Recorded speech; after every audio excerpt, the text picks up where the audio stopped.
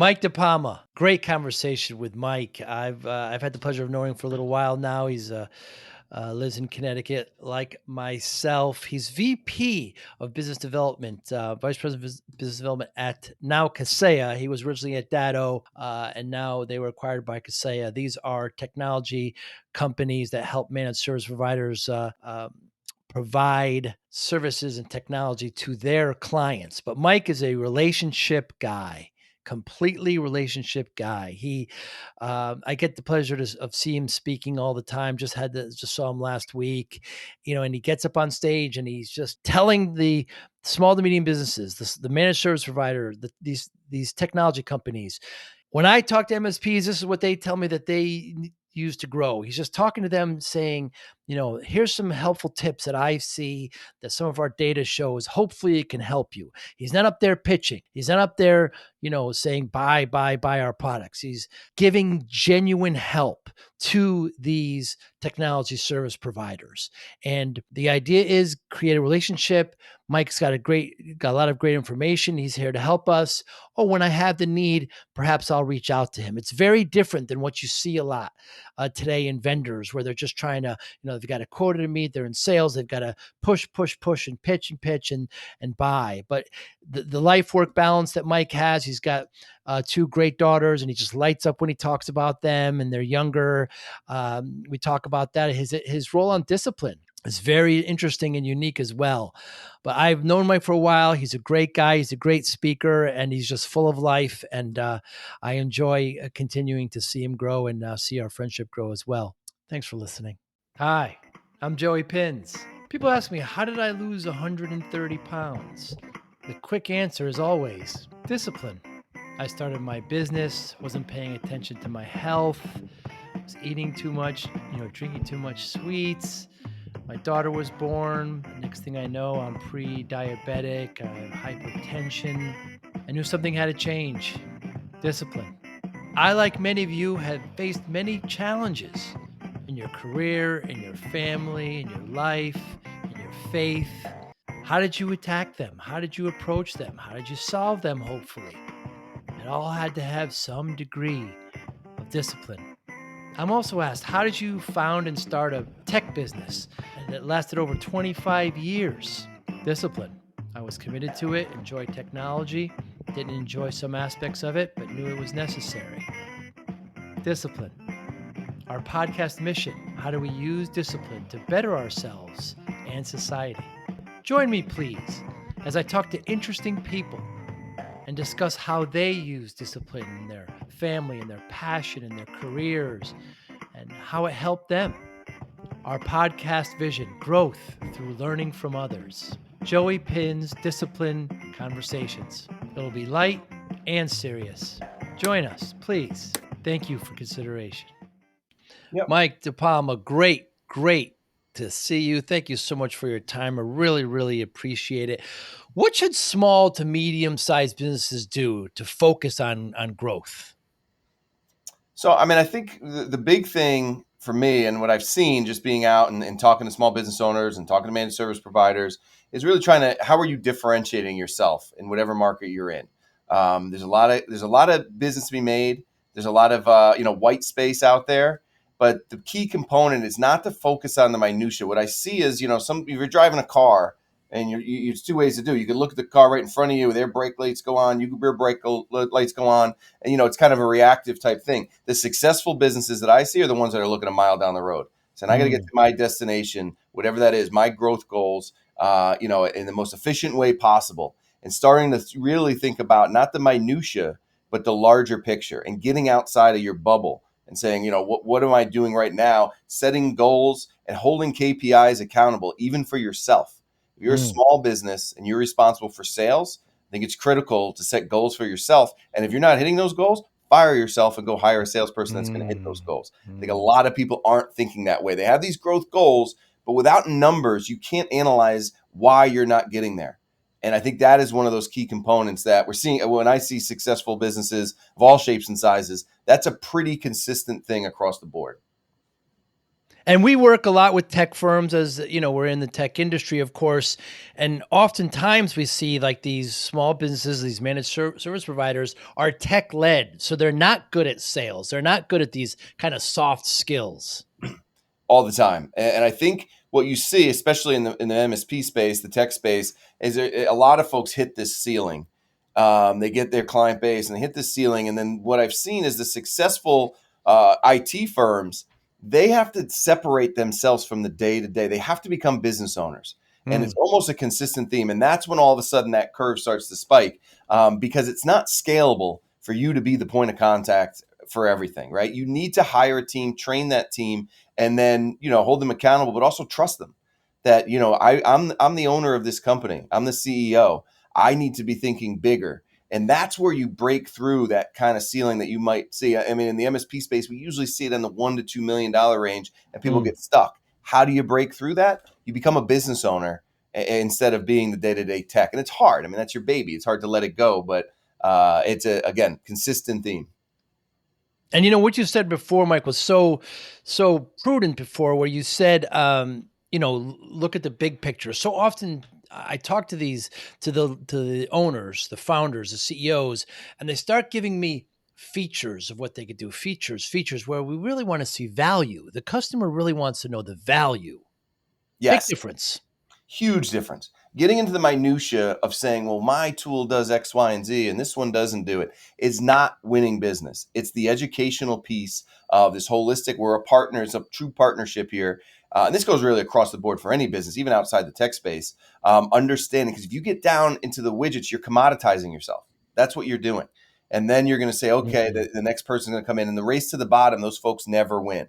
So it really is understanding what it is you're offering them, why it's different, and as a holistic product instead of getting into the weeds, because that's going to glaze over a CEO's face or whoever you're trying to sell to. But it also, again, it's not the go to market message that's resonating. It's more about here's what the issues are, whether it's security. I also say in the tech space, don't just rely on that fear factor of you got to do this, you're going to go out of business. mm. No, you work with me, I'm going to actually help you grow your business. I'm going to be an integral part of helping your growth because I'm going to make you more efficient and putting the positive spin on it. So that makes them think that you're not just a cost center, you're an integral part of how they're going to grow. That conversation is resonating too. So it's more of selling that relationship and developing that trust. Because then again, if you're going back and you want to add additional services, you've developed that trust, and now it could be more prescriptive. Here's where we're at right now. If you really want to get more secure or you really want to drive revenue, we need to add these things. I think it's critical.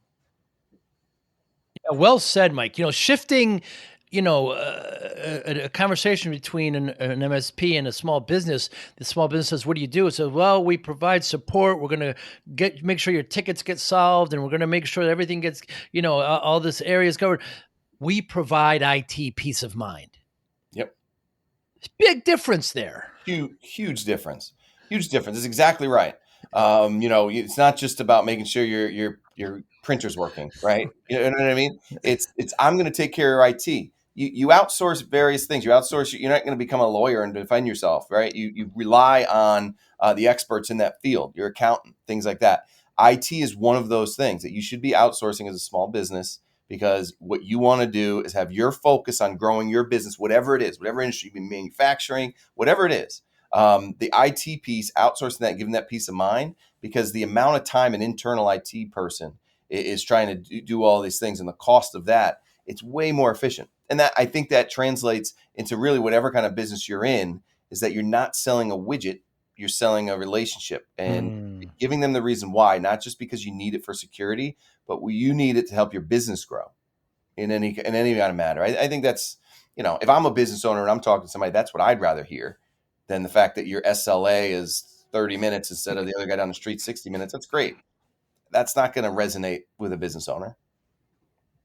You've been in our industry for a long time, and you do a great job speaking, publicly speaking, and everyone knows you as, you're not going up there and once it's a pitch, it's death, right? Speakers know this. And so you got to avoid the pitch, but you do a great job of saying, look, MSPs, small to medium sized businesses, this is what I think you should be doing. This is what I see happening. This is how you can grow. And you do a very good job at sending that message. The idea is to create that relationship. Once they trust you, once they like you, then they'll start looking at your products and services. Yeah, I think that's a critical thing that everybody in every industry should really understand. If you get the opportunity to speak in front of an audience, it could be a chamber of commerce, it could be an industry event, those type of things. I see the pitfall of somebody just going into how their product is the best, and people will be looking at their phones. That's not going to resonate. If you want to, again, if you want to start that relationship, they don't know me. I'm Tabula Rasa. It's just Mike DePalma up there from Kaseya. I could sit there and talk speeds and feeds about all our different things and our new big announcements. But that's a conversation you have after when you set a one-on-one appointment. You want to Mm, develop that trust and say, hey, that guy added value to what I was doing. I'd like to have another conversation with him. I've said, I haven't been in sales technically for 8 years. Like I'm not a quota carrying person or anything like that. But I said I've become a better sales rep and I was in sales for 15 years mm, beforehand. You become a better salesperson because now I'm not necessarily selling anything from the stage, right? And it lowers that kind of barrier that people see, right? It makes them more comfortable. So I think, if you do get the opportunity to do a presentation, it's a whole nother conversation on how to put that together, but really come up with your 3 or 4 takeaways and build the deck from there. Don't add all mm, this fluff or all these speeds and feeds, because if you got 30 minutes, 60 minutes, people are only going to remember a certain amount of things. And what they remember is stats and stories that apply mm. to them. They can go tell. People want to be the smartest person at the dinner party, right? So they want to be able to say, hey, did you know that the Colonial Pipeline attack was because of, one system wasn't patched or whatever it is, or Dole got hit because they're one office in Argentina. Like they'll remember that. And then they remember that you told them that. And then when you do pick up the phone to set up that appointment, they feel like they know you. You know what I mean? Yeah, absolutely. And your background, Mike, is really, really cool because you're from the greater Connecticut area, like I am, and you weren't in tech, you were in sales, but this big company was growing in your backyard, Datto, and you got on board and you just moved those skills from sales over to sales and tech quite smoothly. Yeah, to get a little deeper, it was an interesting path I took. So I was working for a construction management firm, and we did schools and hospitals and big projects like that. And it was very interesting. I was working in New Haven. So if you don't know Connecticut, it's about a 40-minute drive, or I used to take the train up there. But my oldest daughter is deaf. And so she was going to a specialty school up in Hartford, which is about an hour and 30 minutes away. And I had to drive her every morning. I would get up and drive her for an hour and 30 minutes and then drive down to New Haven. And my boss was super cool, but I wouldn't get to work until 9:15 in the construction industry. That's like showing up in the afternoon. You know what I Wow. mean? But my boss was cool. But eventually I'm like, I got to find something. And then Datto pops up in my backyard. And actually, the guy who's the godfather to one of my kids and my best man was working in sales here. And he said, you should come. They have a West Coast job opening where you could work from 11 to 8. And that's the only, and I got my foot in the door. I had no tech experience, but I was able to Ah. say, hey, look, I've been in the insurance space, the banking space. I could pick up new skills. And we just happened to be at a time when we were growing rapidly. I was employee like 300. Now we're at 5,000. And it was right place, right time. So it was, again, it was such a interesting journey. I would have never thought that I would be in this tech space. And now I've been here 9 years. But the way that I got there was kind of odd. I don't even know if you know that story, but yeah, that's how I got to Datto. Very cool. I knew bits and parts of that. And then Datto gets acquired. Tell me what that's like as an employee to be at a company that gets acquired by another company. Yeah, it's interesting. I was out at an event, Channel Focus event, in California last month, and I was asked to do a presentation about what it's like to go through acquisitions. When I first started at Data, we had just made our first acquisition, Backupify, backs up Microsoft 365. Then a couple years later, we merged with Autotask, but really it was kind of a Datto acquisition of Autotask. So I was on that side of the fence, and I saw the two different kind of Mm. cultures clashing, the sales models clashing, and some people survived. A lot of people left on their own, accord from the Autotest side, and then come full circle, we went IPO, which was a whole different conversation, and then we get acquired by Kaseya, Hmm. who we had been competing with for years. Right? I mean, they had business management platform, and we had a business management platform.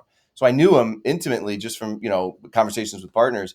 And I mean, to be honest, it's a vastly different business and culture. It's a much larger company now. I think a lot of people. The biggest thing that I would say was that we had a 2 month period from when we got the announcement came. There was 2 months where the SEC had to do all their due diligence, and it was complete silence. Neither side can talk. And Wow. so what you had was so much fear and uncertainty within the office that you had people leaving. Oh, I heard I heard a rumor that they're going to do X, Y, and Z. I heard a rumor that, they're going to slash our benefits and all these, whatever it was. And we Oh, started yeah. to see people leave. And then it Yeah. became this self-fulfilling prophecy that, oh yeah, it's changing because we just lost these guys. And we also saw all these vendors, my inbox on LinkedIn was blowing up because everybody was like, oh, I heard the acquisition, are you looking to move and all that stuff. So that Hmm. first few months really, I think, kind of set us back a little bit internally because of that uncertainty. Once it was announced, our CEO was very clear. And from that moment on, you kind of understood, okay, look, we're going to make this a successful company. There's no doubt about it. They were able to acquire Datto. Let's fit into this. And then the folks that stayed are happy that they stayed. And I think a lot of the people, unfortunately, that I was very close with that left, you've seen in that 18 months bounce around from job to job, searching for that next 2016 Datto, which was, kind of just a rocket ship unicorn. And now that we've, settled in, it's been the best thing, for my career. I'm so happy that, I stayed and we see the growth. It's just some people fear change. And I think that a lot of people regret leaving before they actually knew what was going to happen, or even at the first couple of months. And again, I'm on text threads with all these old guys I used to work with, and a lot of them are bouncing around. So I think if you are in that spot and you're at a company and it gets acquired, my suggestion is to separate yourselves from the detractors. If you Mm. can't be around those negative people, I just would tune them out when they were like, oh, I heard this, and all these different changes. Get away from them and surround yourself with people that are like, all right, this is a positive thing, and just give it some time. It's not going to be overnight. You're not going to settle in and understand it. Giving myself those 6 months of saying I'm going to ride this out is probably the best thing that I did, and we see it throughout the folks that stayed. The retention once that first wave of people left has been fantastic. Hmm. It's interesting. Very interesting. And obviously, each case is different, but we also see that with customers too. They start to hear the rumors, so they don't know what's going to happen. When it's just FUD, what is that? Yeah, fun. Yeah, fear, Yeah, uncertainty, doubt. Yeah. yeah, fear, uncertainty, and doubt. Yeah, and now that it's together, it's better than ever. You've got a bigger team behind you now, and you're able to get, you're out on the road, you're in front of the MSPs. I saw you just last week in Clearwater there at an event here, and you're in front of them, and hey, here's Mike DePalma. He's been with us the whole time. He's up on stage trying to help us. He's got this great reputation. He's there, and he's still smiling, and he's still the guy he is. That's great for everybody. Yeah, I mean, getting out in front of people like my team, we did globally 130 of those type of events, team of 8. Wow. So we got, so we're on the road, and the biggest problem is social media. I don't like social media anyway. I don't go on Facebook other than for business. And so you get these negative posts on there, but we do analysis of it. It seems, if you're not out in front having conversations and people just go on Facebook, it seems like, the sky is falling. But we did an analysis we have a whole team that does it in social media. And it turns out there's about 30 people consistently that do 80% of these posts, both on Reddit and Facebook. Wow. We also dug a little deeper and found, surprisingly enough, there were 60 new Reddit accounts and 60 new Facebook accounts that opened up the day of the acquisition being announced. And there's a whole kind of economy behind that. So you Jeez. have the competitors that are trying to seize upon that and continue to perpetuate this idea. But Interesting. if you're able to convey to people, like, yeah, go and if you want to dive deeper, look at it. It's the same guy. It's John Smith every single time. And all these people that are on there saying, oh, I've been a partner for 10 years, and you go look them up in Salesforce, and either they're not a partner or they bought one Alto 10 years ago. It's hard, but you also don't want to get into a fight with anybody on Facebook because you never win. It'll never end. Never. Yeah. So you really got to take it offline. But the biggest thing is getting out in front face to face to people and talking to people. Don't rely on email blasts. Don't rely on, just a regular phone call, things like that. Get out, talk to people.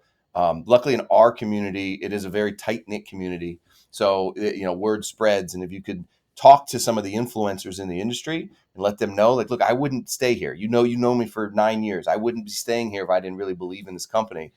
It just lowers that barrier. You get away from the keyboard warrior. So, I had a lot less grades 18 months ago.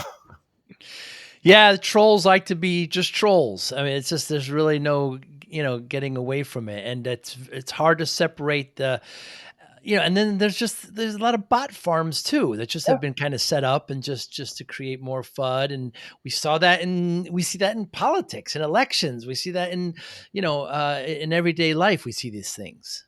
Yeah, and that's how I got to, all the stuff that has happened in elections and all the bot farms and stuff. I didn't really understand much of it until now I'm on this side and you see it. Ah, And we have a data Facebook forum. You have to be an MSP to join the forum. And I'm the one that accepts people or declines people. And I have to now go in and do a little research because they'll fill it out and then I'll look them up and like, this guy just joined Facebook.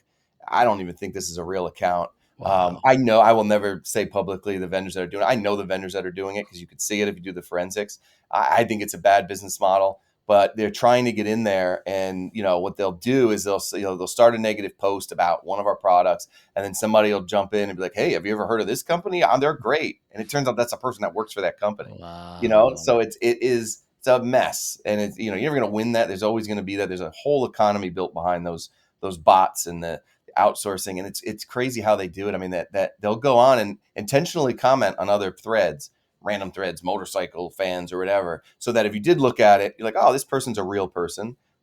But in reality, that's just part of their strategy, so that if you do try to look into them, it's not that they're just posting on this, they're posting on all these things, but it's all fake. It's Mm. fascinating but frustrating. And it's not a far leap to the actual cyber criminals who are actually trying to get money from these companies as well.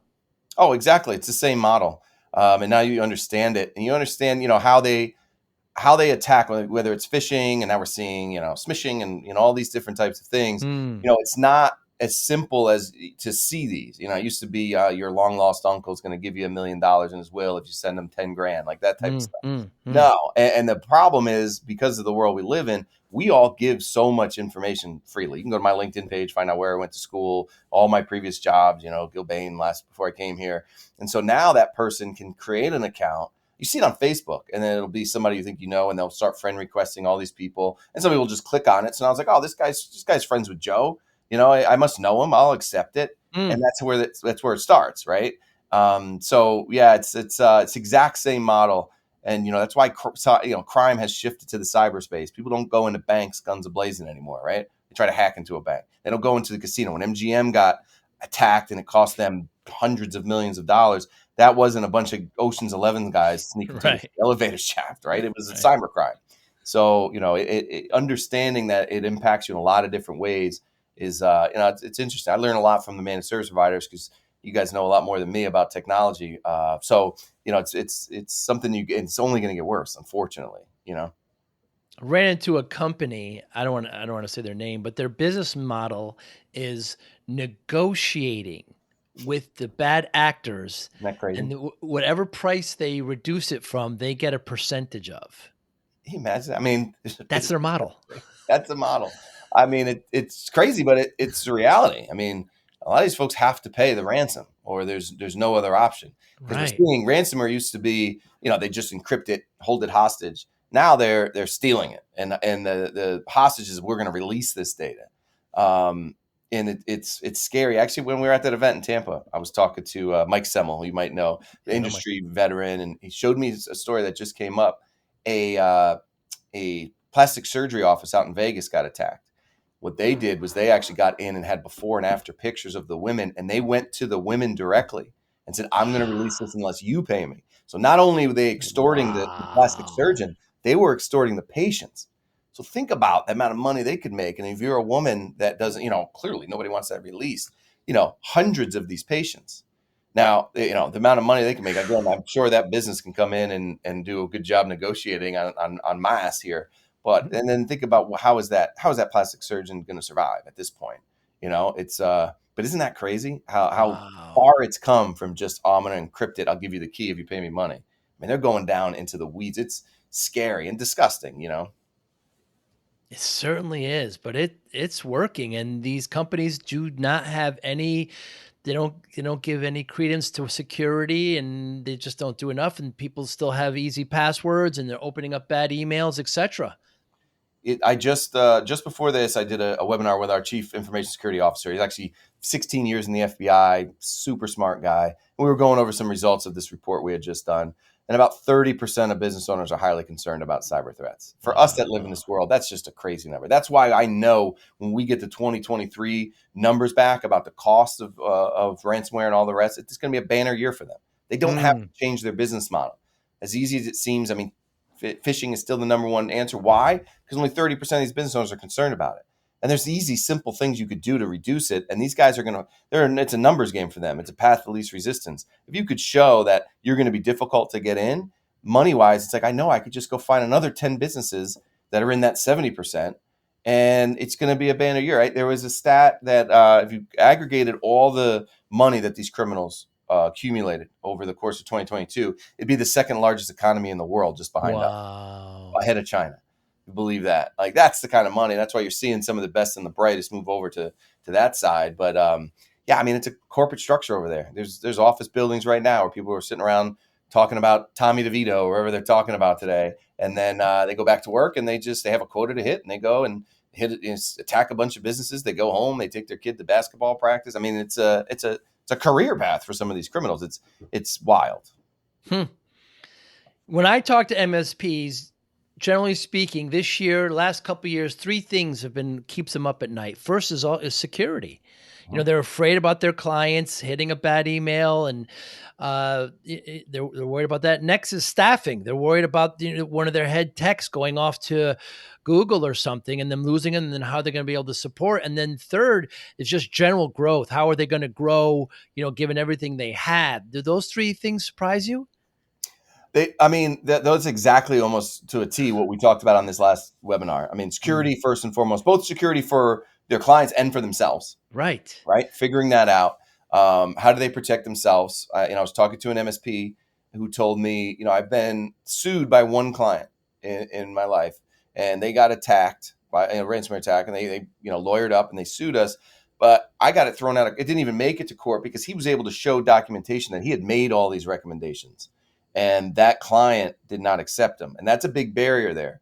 One of the things I always suggest is you get a disclaimer form, have them sign off Mm, on the fact that you mm. presented your entire security stack. You as a business owner maybe didn't fit into your budget, maybe you didn't believe in it. I need your signature there. I think it shows what kind of priority that is, and a lot of people won't sign that and will listen a little bit more, but also covers you in the case of a potential attack. I mean, they threw it right out of court. It didn't even make it there. So I think that's critical. The staffing issue is huge. I think the last stat I saw, at least in the Northeast, it was zero point 0.7 qualified techs for every job opening. Right. Wow. So it's difficult. So I think retention, making the investment in retention, and what we talked about on this webinar this morning was about training, making sure that your staff knows that you're investing in them, creating that culture, because the cost of training, there's a cost there. The cost of onboarding somebody new is going to far exceed that. I think a lot of business owners don't understand that. They don't look at that and that through that lens. And then also hiring somebody new, great as an interviewer you might be, a little bit throwing darts. You don't know until 6 months in whether that person's going to last. And then are you going to have to do something else? So, I think there's been a big shift there. And then on the growth side, we talked about it a little bit, but just differentiating yourself and setting those goals and not just saying, oh, I'm going to grow this year. We run our marketing development fund program. So I'm on calls all day with partners, and they start to come up with it, whether it's a lunch and learn or a seminar. And I ask them, how much, what are you thinking growth wise, or what's your goals? And they'll put out a number, and then will show me the analytics of how you're going to get there. Being in sales, that's how it is. We used to, how many when I was sold insurance back in 2002, this was calling people in their kitchens, but it was a formula. I had to make 1,000 dials and get hung up on 990 times, but then set one appointment. And if you started analyzing it that way, you knew you could hit your goals. Set KPIs for your tech support people. I've been fascinated. We hired a new VP of tech support back in last November, and he showed me the KPIs that he has with his tech support, and it's down to the minutia of who hangs up first. A tech Wow. support person should never hang up first.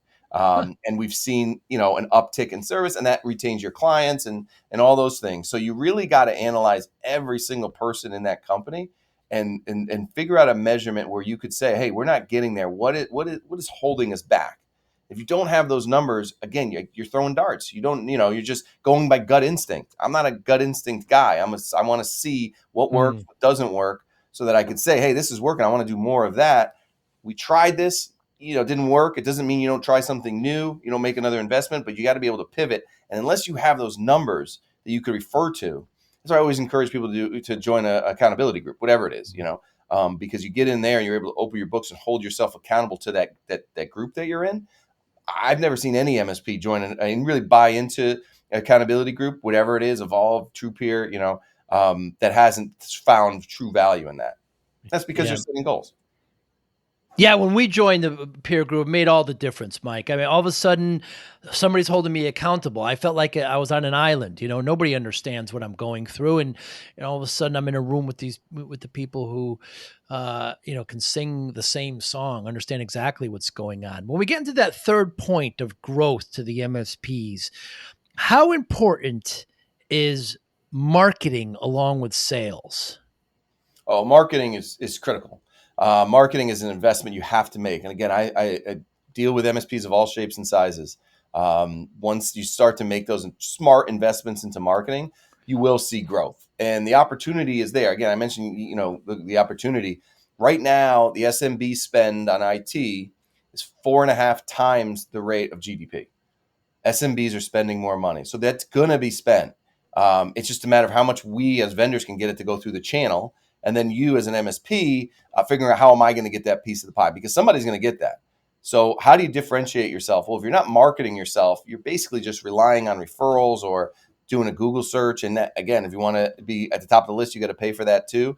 It has to be a point of it. I was at a Christmas party with an MSP out of Staten Island over the weekend. Good Nice. guy. And I was there when he started out he was working out of his bedroom, just him and his wife. His office was in his bedroom. And then he moved to his living room, and then he moved to a small office. And now he's got a 2-story building that he owns in Staten Island. And he will credit the entire thing to sales and marketing. What he Wow. did when he started, he invited the local news to come over and say, hey, try to highlight me as a small business owner. And there's a video of him and his wife sitting in his bedroom. That got him out there, right? He joined every single association in Staten Island, made the investment there so that he started to become the trusted face.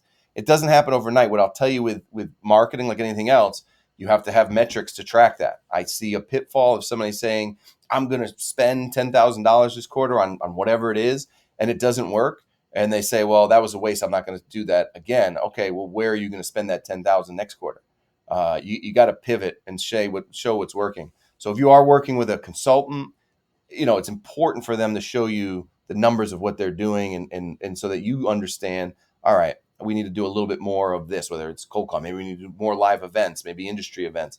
It's got to be a multi-pronged approach for inbound and outbound marketing, but there's no big MSP that's gone through the big growth and captured that pie that isn't making an investment in sales and marketing for sure. All too often, Mike, I hear, an MSP or even a small vendor say, "Oh, I got salespeople. Don't worry. They're gonna follow up on everybody here on the show and everything." But I mean, are they being touched with emails? Are they being nurtured? Are they being offered a virtual cup of coffee? So many times it's just the small business says, "Oh, I got a salesperson. They'll handle that." Sales is different from marketing. You still need marketing to prepare and to touch and to expose those leads, those hand raises more for the salesperson. It's very separate, but I've always looked at it as the same thing because I just understood the kind of round nature of it. But we have to impress upon them that you still making one call to a person who showed up the booth isn't enough. They still need to be touched. They need to be offered some of the new blogs, some of the new PDFs. So here's some other information that I think might be able to help. Don't act like you're trying to sell to them. Act like you're trying to help them and keep touching them. Yeah, again, it goes back to what you're selling. You're selling a relationship in the MSP space. You're Mm. selling a widget. And I think you got to understand that when you're interviewing a sales rep, there are people that are really good at selling Cutco knives or whatever it might be, right? That's a different skill set than what you're selling. And I think and people sell what they're comfortable with. Again, going back to the training, the folks that I do a lot of sales trainings for MSPs and their teams to understand how are you selling, business continuity or cyber resilience as a whole, or one of those type of things, and not assuming that this person who came from, insurance background and killed all their quotas, great sales rep, but can he sell the relationship and the service to it? And so, yeah, you're right. Marketing and sales ties in. I'll be honest. I mean, we've got some great sales reps here. We have some that aren't as good. And it gets me, there's nothing more frustrated than when I say, okay, 50 people came to my booth and, we passed them along. And hey, this guy told me he wanted a demo. And then I get an email from that person 2 weeks later, and they say, hey, nobody reached out to me. Ah. I put it on the conveyor belt here. It's supposed to go down the process, it handed off to the salespeople to do their thing. And I mean, man, we got a big sales team. Like, how are you not doing that? Or how are you only calling one time and leaving a voicemail? I always say too, it's just a separate tip for sales, listen to other salespeople's voicemails to you, and then realize Hmm. like which one of these people would you call back, right? If it's a scripted voicemail, probably not. Sounds like anything else. But if it's something that differentiated itself, well, I'm going to steal that. Or I even take calls just to listen to their pitch, so that when I'm doing a sales training, I say, hey, you know what this person did really well? X, Y, and Z. So, as annoying as those calls can be, find value in it and say, okay, well, this voicemail was kind of unique. I'm going to train my sales team to do that, Hmm. because bulk of your first contacts are going to be a voicemail, and that's their first impression of you. Hmm. So take it seriously and don't just leave a short mumbling voicemail. You're not going to get called back. And also don't stop with that one phone call. Send an email, Hmm. a lost art form, send a handwritten note. You get a handwritten note sent to your office, you're going to open that and be like, nobody's done that in a while. I had an MSP send me when I went out and did an MDF event with him, and he sent out a handwritten note to everybody that attended, including me. And I have it hanging up on my wall because I Hmm. thought it was unique. They said, hey, thank you for coming down. Now, that's going to be a differentiator. That's what a real salesperson does, is show them that I'm a real person, that's trying to help you. We offer great services, but we also offer, it's the relationship that's important, and not just get somebody on the phone and say, hey, let me show you a demo of this real quick. You got to start with them understanding who you are as a business. I also want to talk about work-life balance, Mike. I have daughters. You have daughters. Your daughters are a little bit younger, but I know that when you talk about them, you light up, and it's so wonderful. And you're taking some time with them to go to the parks this year. And a lot of times these MSPs, these small to medium businesses, they're working 14, 16-hour days, and it's just not there. Talk to me how you do so well with life work balance. Yeah, I'm on the road probably 35 weeks out of the year, so it's tough. My girls are 10 and 12. It's kind of been their whole life. But I make a point. Like, nowadays, if I'm home, I'm driving my kids to school. If I try to block off time in my afternoon where I go pick them up from school when I'm home. I play Minecraft with them all the time when I'm Ah. on the road. If I'm on the plane, I'll shoot them a text and say, hey, because I'm really into Minecraft, and I'll play Minecraft with them so that they feel. I think one of the benefits now, they're 10 and 12 and they have cell phones, like, checking in on them and things like that. Because it's extremely important. At the end of the day, what are you working for? Why am I on, why am I diamond status on Mm. Delta? Because I'm traveling all the time. Well, I'm doing it for them. And I let them know. And so when I'm around, we were always trying to, like you said, we're going to Disney. We're going to surprise them at Christmas. Hopefully they don't listen to this podcast, Joey. But taking them to Disney. And then kind of letting them know that, like, this is the reason why daddy works hard, so that we could do fun things like this. But it's tough. But for me, it's like, if I'm home, I'm not going out. And I used to have jet season tickets. I gave those up because I couldn't be on the road all week and then say, all right, every Sunday, every other Sunday, Mhm. daddy's going to a jet game all day. You got to make some sacrifices, but it's worth it. Somebody told me, as a sales rep here, his kids are a little bit older, and he's like, look, you got 15 years to make memories with these kids. And you Mm. put it in that perspective, man, it's kind of sad, but it's like, once they get off to college, they're always your kids and you're always close, but it's the memories you can make with them in that little window. And that's stuck with me. It's like, so I try to do as many of those as possible. Mm. Yeah, it's so true. And so when I started my MSP in the 90s, and Mike, I was working way too much, and I'm from just a little north of you there in Wallingford, north of New Haven, and 14, 16-hour days, wasn't eating well, wasn't exercising. I got myself up to 340 pounds, and you It's know, so amazing when you told me that. yeah, Yeah. yeah, yeah.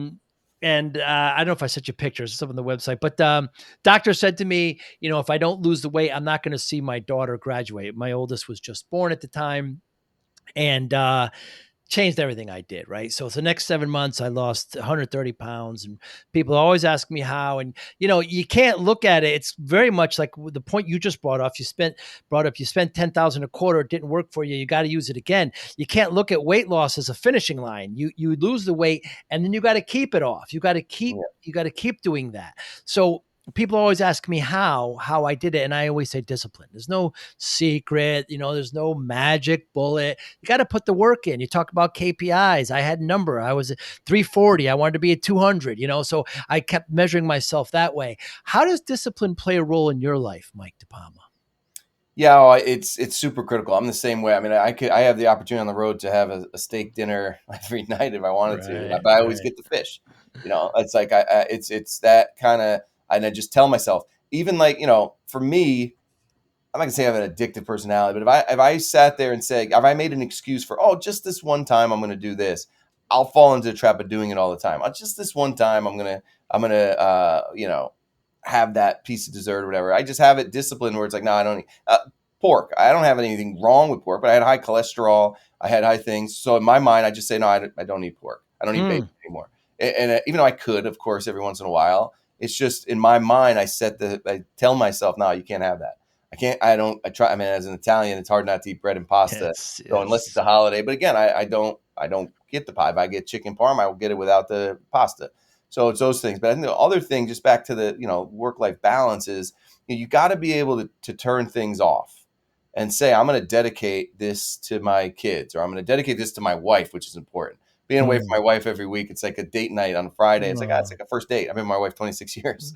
But like making time to make sure that, and you could be tired and it's easy to just say, I just want to sit around, but like actually planning it out and saying, no, no, no, this Friday, I'm going to take my wife out. The Saturday, I'm going to take the kids to the aquarium in Norwalk or whatever it is. Because if you don't plan that out, you'll get up to a Saturday. Next thing you know, it's 3 o'clock and you're just kind of shuffling around. And then you've wasted that day. Again, back to the kind of sentimental thing of making, making those memories. So it adds into your health. It's like going to the gym. I've fallen off and haven't gone to the gym. When I do go into those modes of going to the gym, I know I have a schedule and I say I got to get there 4 or 5 times Mm, a week. mm. And once you get into a pattern, it actually becomes easy. Once you fall out of that and you're not disciplined, it's very hard to jump back in, and I'm finding that now. So I'm trying to practice what I preach here, but, it's hard sometimes. It's definitely hard, and I don't claim to be the king of discipline, that's for sure. I do use it in some areas. I'm more disciplined in some than others, like yourself, like all of us. But I find that when you get focused and you want something done, you set a goal, you figure out how you're going to get there. Discipline is certainly used. Mike DePalma, what motivates you? For me, it's a couple different things. One is, the pride in my work, right? So the motivation is to when people think of Mike DePalma, they think that guy's an honest guy, he's a nice guy, works hard, that type of thing. That means a lot to me. It's some point of fault because I have this. I want everybody to like me, which makes, as a VP at this point, you got to sometimes be hard, which is Yeah. difficult for me. But that's one thing. But also, again, I'm a big family guy, so the motivation is, being a good, responsible role model for my kids. They see me working hard, and they get to understand why I do that. When I go on the road, I'm not posting pictures of me at the bar and partying and all that stuff, right? I'm letting them know, like, it happens to my wife as well. Like, when daddy's on the road, I'm doing it for you guys so Mm, that you guys have a better opportunity. My dad was a carpenter, like worked till the last day he was alive, and yeah. he worked really hard, but he did it because I know, I was the first one to go to college in my family. And that was a sense of pride. I want my kids to feel that same way, that, what I did. And my father worked crazy hours, but I knew he was always at my baseball games. I want my kids to have that same thing. So on the, professional level, I just want, folks to say, you know what? I know Mike, he's a good guy. He's honest. If I talk to him, he follows up. And then internally, they give me something to do. I'm going to get it done and I'm going to succeed in it. And then on the personal side, it's really just that kind of being a good role model for my kids. Yeah, and you certainly are that. You're so well known in the community as being a good guy, as being, kind of partner first. How do you measure success?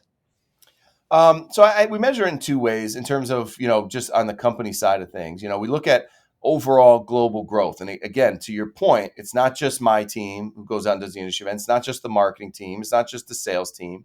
That's why, like, our team, and just to pull a curtain back, like, we're bonused on total growth, not me going to this event and getting X, Y, and Z, because that's the bad. That's not the way to look at it. Mm, That's not scalable. So we look at it that way. But a big piece of it is customer retention too. comes with territory. With any big acquisition, there's going to be those detractors. And what my job ultimately is, as in the channel enablement team, is to talk to those folks and make sure that if they are unhappy, it's not bubbling up. Proactively talking to somebody. I mean, the worst thing that can happen is you get a phone call that out of the blue they've switched and they're moving over to another vendor. And my always cousin's like, why didn't you just call me first? Sometimes you got to be proactive there and make phone calls. I'm going to sit and make 100 handwritten notes to partners for Christmas this year. I'm halfway through it, but to let them know, thank you. I really appreciate our relationship. So the success, just in terms of numbers, is how is the overall growth of the company doing, and what are we adding to that? But also that customer retention, the folks that got you to where you were. It's smart first just to retain that business, but it's also smart because it starts to have that ripple effect. Again, we're in a very close knit community. You have some champions in there that stuck through the acquisition. They all talk to each other, in the accountability groups and all those things. So measurement on the Kaseya side, those are the two main components. Yeah. And personally? Uh, you know, Personally, I think I'm a big relationship guy. I still hang out with my high school buddies as much as possible. I'm born and raised in Norwalk. We didn't even look at any other town. Like, I take a lot of pride in being from Norwalk, and it's kind of, for those who don't know, it's 90, 100,000 person little small city, but very close knit. So on the personal level, I take a lot of pride in the fact that if I go into the deli, chances are I'm going to know somebody there. Mm. My daughter, when she was 5, she's like, everybody in Norwalk. But I think that goes a long way. Connections help you in all different ways. But if you don't have that, I always wonder, like, the people that leave and they go plop down in Florida because the taxes are lower and all these things. I'm like, yeah, but you don't know anybody there. Like, to me, it's Mm. more important to have my wife's whole family's here. My mother lives with us. Like, those type of things Mm. mean more than I could have more money in my pocket or get a bigger house if I moved to North Carolina. You know what I mean? Mm. And a lot of people disagree with me. My wife's on the same page. Like, to me, that's more important than the fancy cars, or I'm not a car guy. I don't, my wife picks out my clothes, so I don't. I'm not a clothes guy. So. Well, she does a good job. You always look good. I mean, I always enjoy seeing you at events. I always enjoy seeing you up on stage. You separate yourself very differently from even last week here in Tampa, Clearwater. I mean, a lot of those people went up there and there's just, like you said, speeds and feeds, but you're just like, listen, MSP, this is what when I talk to MSPs, this is what they tell me. Hopefully this can help you. And it's, you're a relationship guy, and you're very transparent, Mike, and that's why you're so well liked and I so, appreciate that.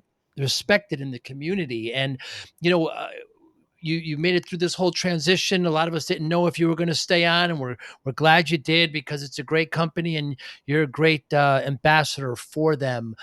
If anybody is listening, how can they get in touch with you? I would think LinkedIn probably is the best way. LinkedIn's the best way, but my email is just mdepalma, MDEPALMA at Datto. So I have the Datto domain. But LinkedIn is usually the best place to get me. So you could find me on LinkedIn, and love to connect with anybody. Like, again, I like having conversations with people that aren't even Datto or Kaseya clients, because I learned Mm. from it, and then I could put that into the presentation. That example I gave of the guy having his backup so he didn't get hit with a lawsuit. That guy's not Right. a partner. He doesn't buy a single product from us. Huh. But I can now take that story. So I think that's super important, really, with whatever you do. Like, learning from other people and how to apply to it. I always say in my presentations, probably 70% of them are stolen from experiences that I have. I'm not sitting in a bubble in a vacuum coming up with these stories. It resonates much more when it's a real life story. So just meet as many people as possible. Keep your ears open. That's why I love, if you guys connect with me, even if you never plan on being a Kaseya partner, relationships are a big deal. So love to hear from everybody. Yeah, it's well put, Mike. Thank you so much for your time today. I look forward to seeing you out on the road again, and enjoy the holidays with your daughters. And don't worry, this won't get dropped till afterwards, so they're gonna love it. Awesome. Well, thank you so much, Joe. You're the best. I really appreciate you inviting me on. You be well, Mike. Talk to you soon. All right, be good. Bye. Thank you for listening and or viewing Joey Pinz Discipline Conversations. Please share this episode with one or two of your friends who you think may benefit from the episode. Our website, www.joeypins.com. There you'll find lots of resources, and you could join our mailing list. Please follow us on all our social media, Instagram, Twitter, and Facebook. Podcast information. The video version of our podcast is on YouTube. Please subscribe. Audio is on all major podcasting platforms. Please follow them. And if you like it, please consider giving 5-star rating. Would really appreciate that. Would you like to financially support the podcast? You can go to our Patreon site. Consider $5, $10, or $20 a month. There's all kind of plans that we have there. There's like a one-time payment. What is this podcast episode worth to you? $25, $50, $100, $500, $1,000, $5,000. You be the judge. You can go to our PayPal account to do that as well. Thank you again for listening or watching Joey Pinz Disciplined Conversations.